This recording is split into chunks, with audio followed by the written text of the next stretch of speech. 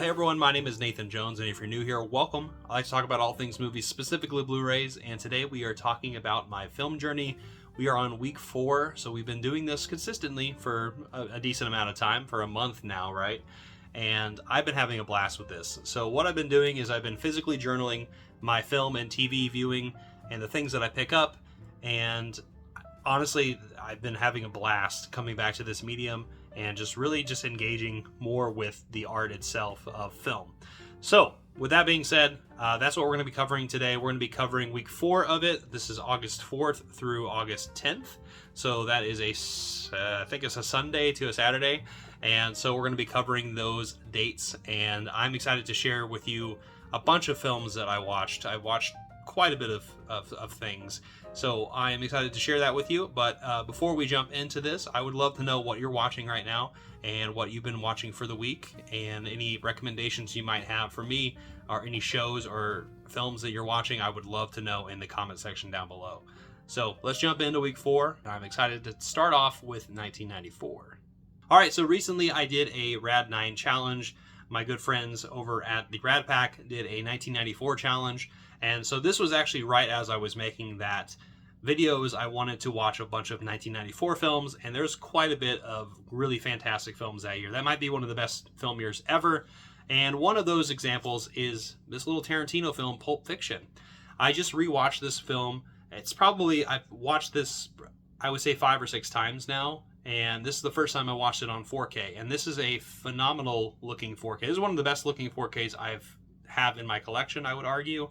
And I was kind of blown away by how amazing it looks just on my home cinema screen. So regardless, this is a legendary film, one that really has been talked about quite a bit, and not anything I can really particularly add, but I really love this disc. It was really fun to revisit this world and just experience the craziness and zaniness that is Tarantino and all his dialogue, and the characters that are in his films that are just super intriguing, and people you just want to engage with and see what they're going to do. They're very unhinged people, and that's what makes them so fun to watch.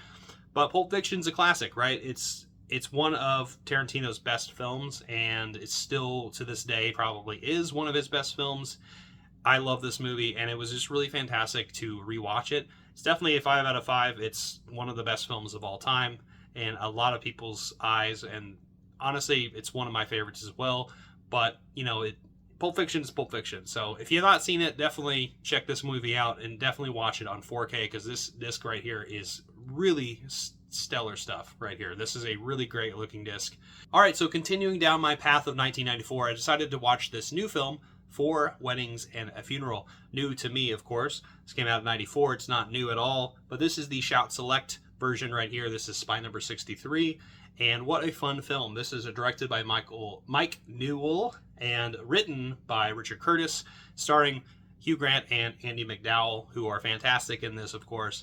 Those two carry it alone in this very interesting black comedy rom-com of sorts. It's really interesting kind of seeing Hugh Grant's character of being in these scenarios, and also with Andie MacDowell, and trying to find if they love each other or not, and these different time periods where they kind of cross paths, but it doesn't really work out. And it kind of reminds me of When Harry Met Sally in ways, but in a more, I guess, English way of sorts, right? With Hugh Grant, of course, you know, helming that. But it's just a really fun film, and I honestly want to applaud Richard Curtis, who wrote Love Actually as well. His screenplay is really tight, and it's one of those ones that just kind of engages with you, and you can kind of see kind of the nuances here as you're watching this movie, and it's a lot of fun, and I definitely would recommend people check this movie out. This is, like I said, my first time watch, so I'm definitely looking forward to revisiting this film sometime in the future and having just a good time with it, and kind of digging deeper into the special features as well. There's quite a bit on here, and yeah, 4 Weddings and a Funeral, really fun, fantastic 1994 film. Definitely recommend it. So I took a little break from the 1994 films, which we'll return to here in a second, and I wanted to watch Game of Thrones, and I wanted to watch House of Dragons, so I watched episode 5 of season 2, which is where I was, and it was definitely very interesting, and I honestly want to talk about House of Dragons a little bit further in depth as we get to the finale. as there's 3 episodes left after this, and I'm excited to kind of cover that here in a bit. But episode 5 was a good one. It was a good setup episode, which is kind of the story of season 2. But we'll get into that a little bit further. Let's go back to 1994 to cover some films that I finally watched for the first time. The first one being in this Adam Egoyan box set, which I'm going to be covering a lot today because I watched this entire thing this week. But the first movie I watched is Exotica from 1994. And Exotica, I love this film. This film, I didn't expect to have the energy of this film really gets under your skin, but in a good way. This movie has a lot of pulse. This movie has so much kinetic energy to it and like sexual energy, and it really just dives and digs under your skin. The music and the sultry sounds of everything, it is just one of those movies that really I was delighted for. And I actually talked about this movie in my 1994 video for the Rad Pack, but I had such a blast watching this movie and was just blown away by how invested I was in everything on the screen. And it was quite a treat, and we're actually going to get back to this movie here in a bit, because I actually rewatched this movie because I decided to watch all of these movies a little bit later on in the week. But Exotica, the first time I watched it, I would probably give it a 4.5 out of 5, so it's definitely a 9 out of 10. Fantastic film, surreal first experience, really fun time. Definitely recommend people check out Exotica. We will come back to some Adam Egoyan here in a bit, but at the end of the day, I wanted to watch a film that I've only seen once, and I wanted to have a good time with a classic from the world of Wong Kar-wai. Cannot talk. It's Chungking Express, which is one of the discs in here. It's definitely one of Wong Kar-wai's best-known films, I would say, outside of In the Mood for Love. And this was the second time I watched this movie, and I had a really fantastic time kind of revisiting this story. And honestly, kind of going back to Exotica, it's interesting to think about films where you watch it for the first time and then kind of come back to it after some space. And that's what I really kind of gleaned from watching Chungking Express. I really dug this film. The first time I watched it, I don't know if I understood it completely. And this second time I watched it, it definitely felt like I dug into the story more, of seeing those two different stories kind of collide together, and in a really delightful and kind of an energetic way. It is very chaotic film, at least in the way it's shot. It's very almost guerrilla in the terms of its camera work and the way it's edited, but I think it serves it really, really well. It gives it so much life. It is such a energetic film. It has a lot of moments that are really cherished, honestly. I mean, at the very middle part of the film, where you kind of shift between the two stories, you see that energy shift, where it starts off with this kind of noir-esque romantic kind of drama that's a little dangerous, but then it turns into this kind of romance where it's between two people who really are just trying to love each other, but in the weirdest of ways. And I quite enjoy it. And honestly, this was a really fantastic way to kind of end my evening on Sunday with 1994, just a stacked number of films that I watched this day, and Game of Thrones, right? This is a 5 out of 5 film. This is a movie that people need to check out. And I definitely recommend people watch Chungking Express a few times. I definitely did, and I was delighted to do so. So that was Sunday. Let's move on to Monday, where I had to work, of course. So Monday, I actually woke up not feeling the best. So scratch the whole work thing, because I was going to go to work, but I decided to hold off because I had a pretty bad cold of some sort. I don't know exactly what I had, some viral thing. I went to the doctor. They couldn't really figure out what it was, but they thought it was some viral thing. So regardless, I wanted to stay away from people. So coming back home, I watched the movie Alone from 2020. So this movie I watched, I don't remember what. This was a time where I didn't have much on the, I was clearly going through something. So I don't remember everything clearly around this time. But Alone is about a woman who is increasingly getting suspicious of a guy who keeps popping up on her road trip, and things kind of start turning for the worse, because that guy is exactly what she thinks it is. And that's not really spoiling anything. The film itself has a lot of drama and a lot of thrills in terms of suspense, where you're going to get that going throughout the film. And it is really, it sits on you a little bit, and it's really disturbing in that way. And I can't imagine coming through, obviously, Jessica's perspective of being in that position where you're alone along the Pacific Northwest, which is where this is filmed, and kind of just being chased by this guy who is absolutely psychotic. And it's quite an atmospheric film for that reason, and it's quite good for the scares that it can elicit. I would give it like a 3 out of 5. It's a film that I definitely recommend people check out and watch, and one that people will probably enjoy, even though the subject matter can be really tough.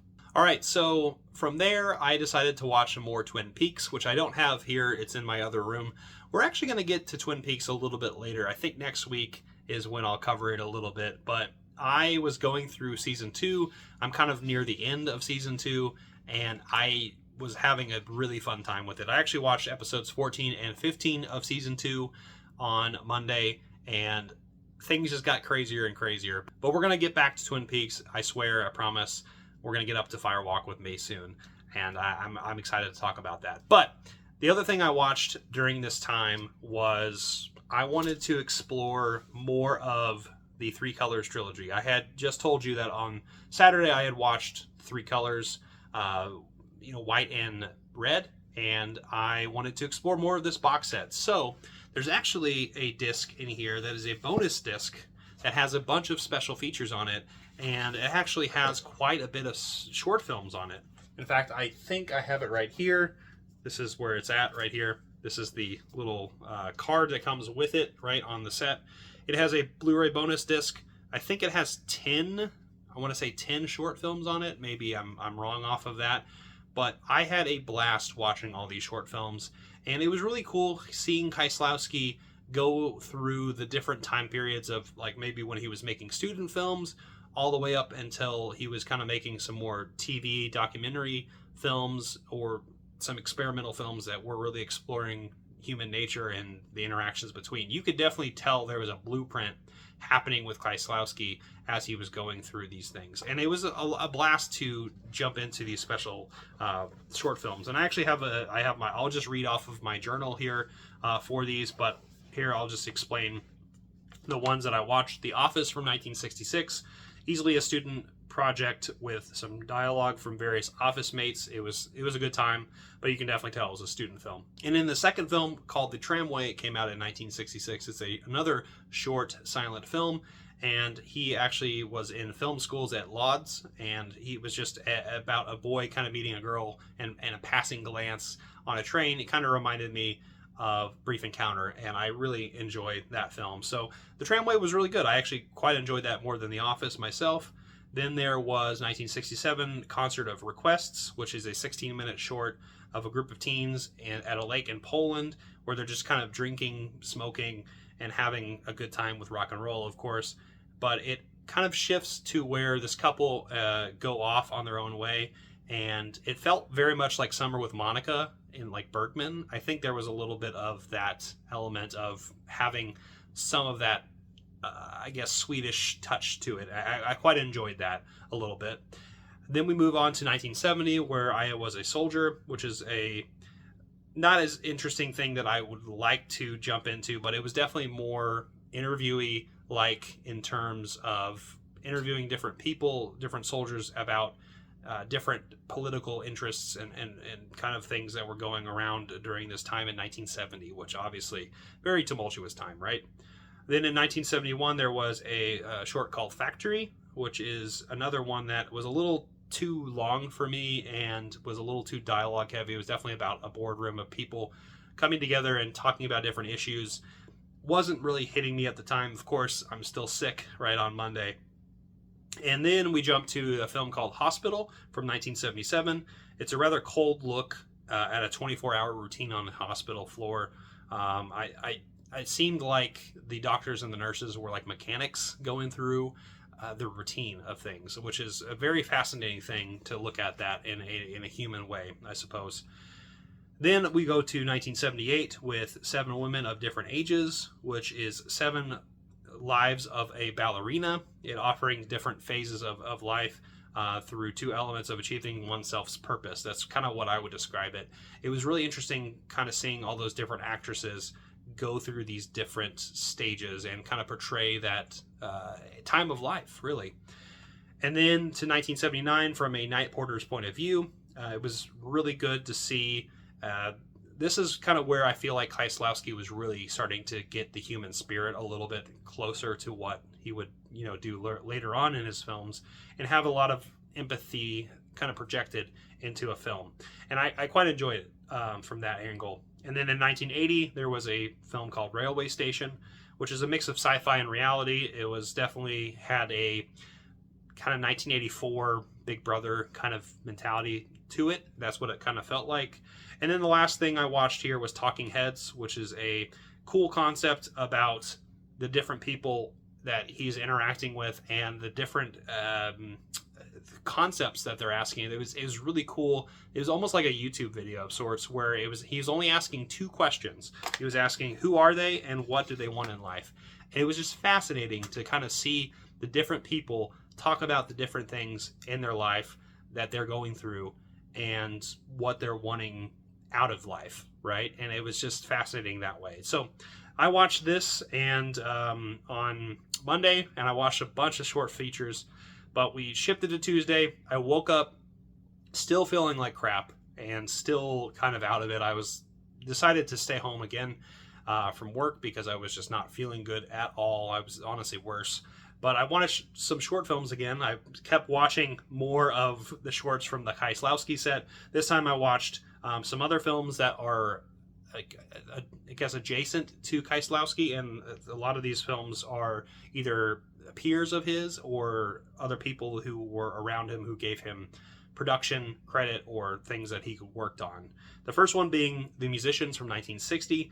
It is directed by, I'm going to completely butcher this, Kazimierz Karabrats, who was a mentor to Kieslowski, looking at the working class musicians rehearse, and it was really cool to kind of just see a behind the scenes look at musicians just kind of get together and start their process, right?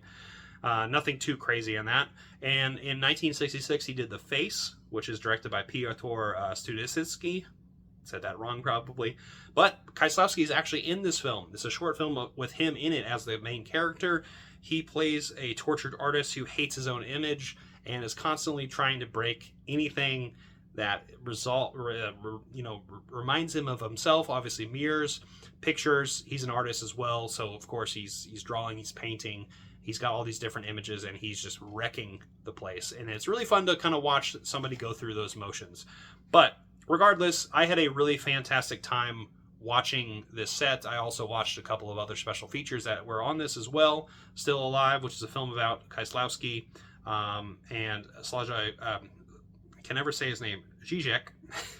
Slavoj Žižek, I believe is how you say his name, has a guide on Pervert's Guide to Cinema on Kieslowski. And then there was the In the Search of Kieslowski, a restoration project, which is kind of discussing how they restored all the films in the Three Colors trilogy. So really phenomenal set. I highly, highly recommend people check out this Curzon set. If you have not seen the Three Colors trilogy, this set is fantastic. Also pick it up on Criterion if you're interested, or in the States, definitely check it out in some manner, because these movies are phenomenal. Kieslowski, one of my favorite directors of all time. These shorts only solidified that, and I had a good time on Tuesday morning when I was watching all these, even though I was bedridden, right? So as we move along on Tuesday, I'm still bedridden, still a little sick. I finished that Kieslowski set. I wanted to jump back into the Adam Egoyan box set, and I wanted to watch all these movies. I'm like, I'm sick, I have the time, let's try it. So I did watch this. I watched these films right here. I watched these, I think, 5 films on? Yeah, I watched 5 films on Tuesday. I watched Next of Kin, Family Viewing, Speaking Parts, The Adjuster, and Calendar. And I really got an idea of Adam Egoyan outside of Exotica, which was really interesting to kind of dive into. I didn't know what to expect. I really was enthralled by Exotica and really enjoyed that trip. And so I was really interested in jumping into this. So let's begin with 1984's Next of Kin, which is an interesting film. It's the debut film from Adam Egoyan, and I'm going to read off of my notebook because a lot of this, like I said, on Tuesday and Monday, I was definitely out of it, in and out of it from this cold that I had.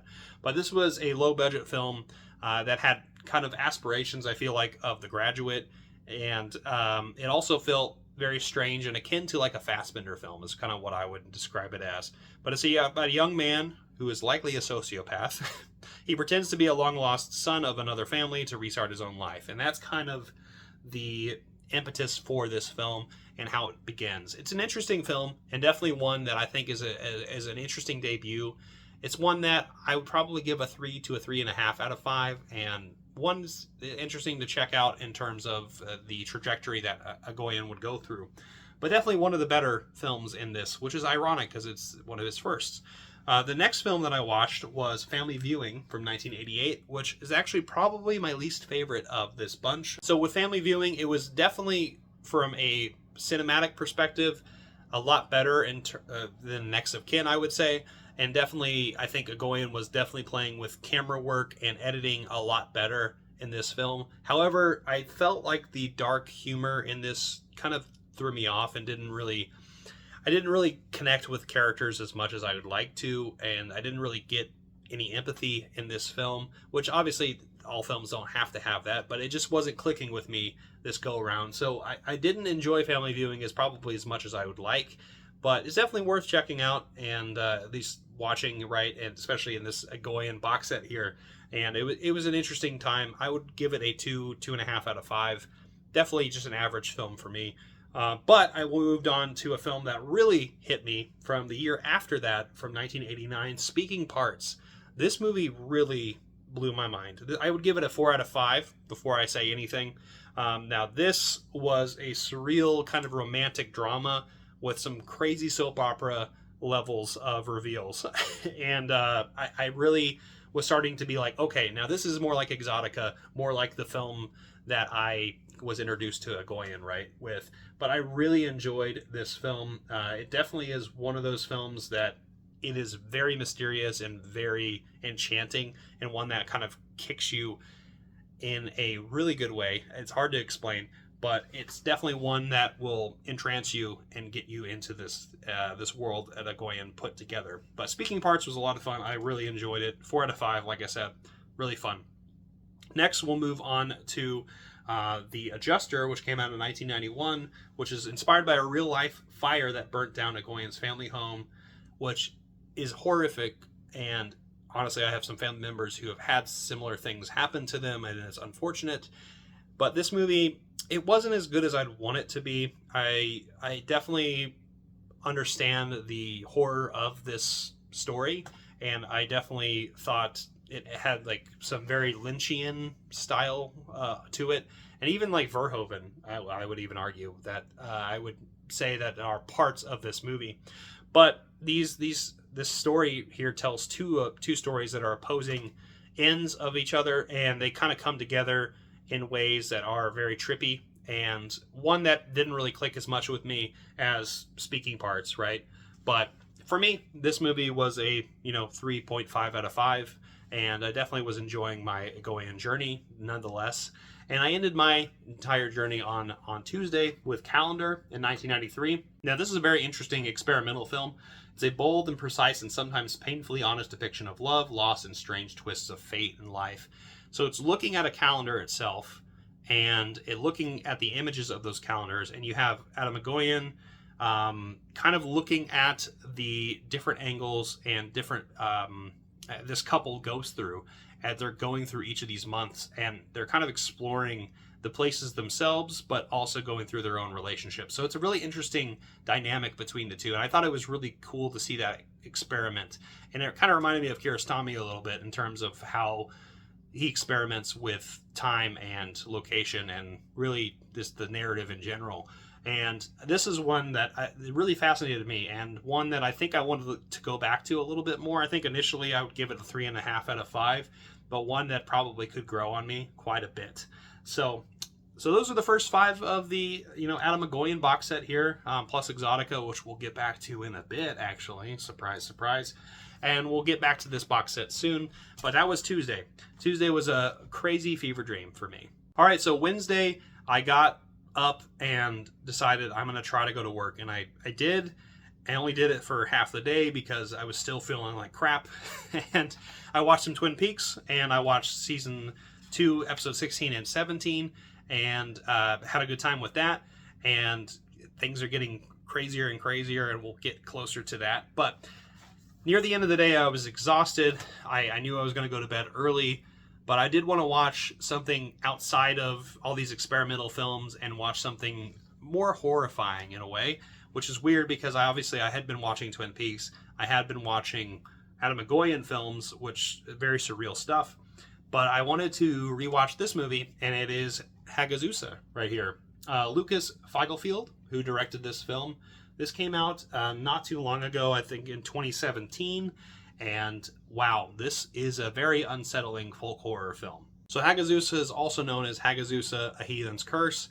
And this movie is absolutely terrifying for me, at least visually, and it's very unsettling. The very beginning of this movie, there's a scene in particular, it almost reminds me of a Wendigo in ways that this mother and this daughter deal with each other, and it's very creepy. I don't like thinking about it because it really freaks me out a little bit. But it is about a woman in the 15th century who's growing up alone, because that scene takes its own place. That's the very beginning of the movie, of course. And it is about this young woman who is in this town alone, known as a witch of sorts, and really mistreated throughout this entire movie.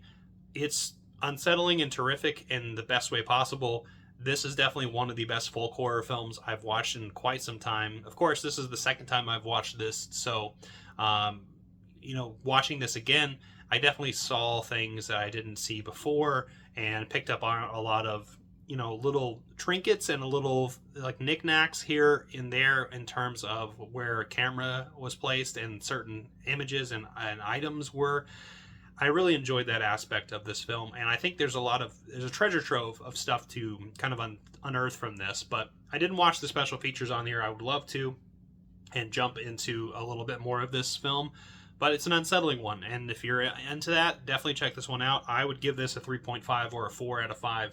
It's a fun film. It's a horrifying one, and it's definitely worth your time. So moving to Thursday, I will be very brief and only mention Twin Peaks episode 18 and 19 of season 2. This is where things starting to get really crazy. We even see Ted Raimi, who is Sam Raimi's brother, in this, and there's some chess pieces involved, and we see Wyndham Earl, who is a character that is starting to go absolutely mad, and it's just so much fun going through this journey and checking out these things that just keep getting weirder and weirder, and Twin Peaks is just so much fun. But we'll get to the end of season 2 soon, and Fire Walk with Me, of course. But moving to Friday, I actually decided to start the day, I'm gonna feel better and I'm gonna go to work, and I did. And when I came back home, I watched the film Lucky. Now, Lucky is a film that I've been wanting to watch for some time now. I actually picked this up some years ago, and I was talking with my buddy Sam and Davey. They were discussing some different elements, and I think we were talking about Lynch, and David Lynch is in this film, and Lucky was brought up. And I remember this on my shelf and talking about Harry Dean Stanton and being one of my favorite actors, and I've been wanting to watch this for some time, so I decided finally it's time to watch this movie. Once again, Harry Dean Stanton is playing Lucky in this film. That's his character. He's an old, kind of curmudgeon of sorts, I suppose, but at the same time, honestly, really a kind soul in ways, but like obviously weathered and going through a lot. And it honestly is almost a reflection of Harry Dean Stanton's own life, which I thought was really interesting, because he was a loner for the most of his life, and he just wanted to live a good life. And I thought that was crazy. But this came out a little bit right after his death, so it is a little poetic in that way, but at the same time, it really is a reflection on him. But it has a great cast here, honestly. It not just Harry Dean Stanton and obviously David Lynch, who I had mentioned earlier. But it also has Ron Livingston in it, Ed Begley Jr., Tom Skerritt, James Darren, Barry Shabaka Henley, and Beth Grant, and a few other people in here. But I believe these are a lot of his just real life friends. And it was just really interesting to kind of see this guy go through life and just be, I guess, content with the fact that he was about to die. And it's a very emotive film, one that really drew me in, and one that I honestly cannot stop thinking about. There's a few scenes in this film that really just stick with me, especially near the end. And there's a beautiful rendition of, I believe the song is called Volver Volver. This is a Spanish song, which Harry Dean Stanton can actually sing in Spanish. I think he is pretty fluent in Spanish, I believe. And it is a heartbreaking scene. And I definitely recommend people check this out. If anyone is a fan of Paris, Texas, or any of other Harry Dean Stanton's work like Alien, right? This is definitely a film to watch, and it'll definitely pull on your heartstrings in the best way possible. And I quite enjoyed this. And on Saturday, I actually watched the extra features on here, where it was a documentary in 2012, whereas Harry Dean Stanton Partly Fiction is. And this really does paint a picture on Harry Dean Stanton's life, and it could lead up to this 2017 film, right? I don't think I said lucky, but I would give it a 4.5 or a 5 out of 5. It's that good. But Harry Dean Stanton, like the life of, seeing that documentary was a really good treat to have this as a special feature on this Eureka disc. It's terrific. And this is a man that I'm going to love watching his films the more and more I grow up. And Lucky is definitely one of the best ones. So watch that on Saturday. And on Saturday I also watched more Game of Thrones, season 2 episode 6 of House of the Dragon, which I had quite some time with, and it's starting to really creep up. And actually I might talk about my journey on Sunday next week when I get into the finale of everything. But Game of Thrones, I'm still enjoying it, and even if it is a big setup, it is what it is. But also on Saturday, the last day of this entire adventure for week 4, I jumped back into the Adam Egoyan box set, and I decided to watch the final 2 films in here. I rewatched Exotica again, and I had even better time with it. I gave it a 5 out of 5. This movie just keeps getting me more and more entranced with the world that Egoyan builds in this film, and I actually got more plot points and figured out more interesting dynamics between the characters.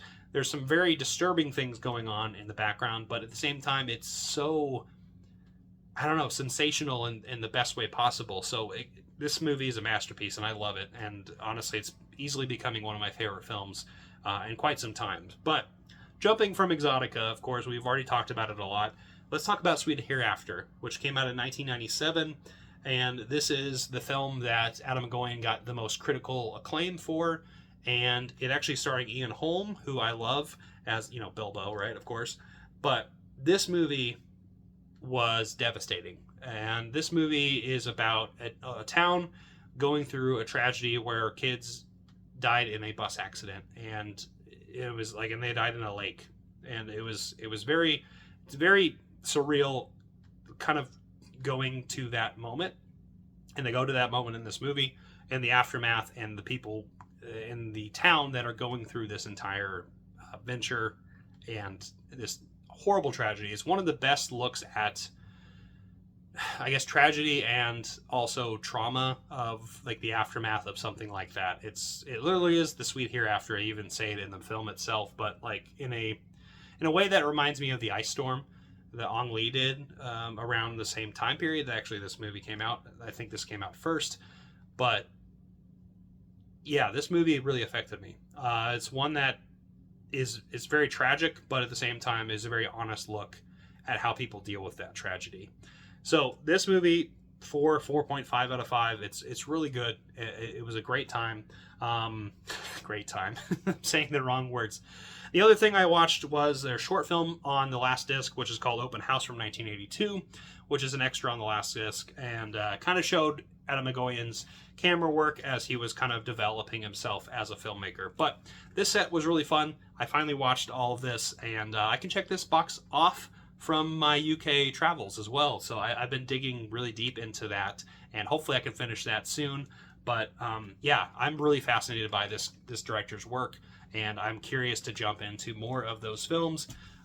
So as we're closing this today, I don't really have a Spotlight Corner today. I have decided I'm going to do a little bit more research and try to figure out how I want to cover different people involved in the community, and I'm going to do some of that. But you know, if you have any suggestions, let me know in the comment section. I would love to hear your thoughts on that.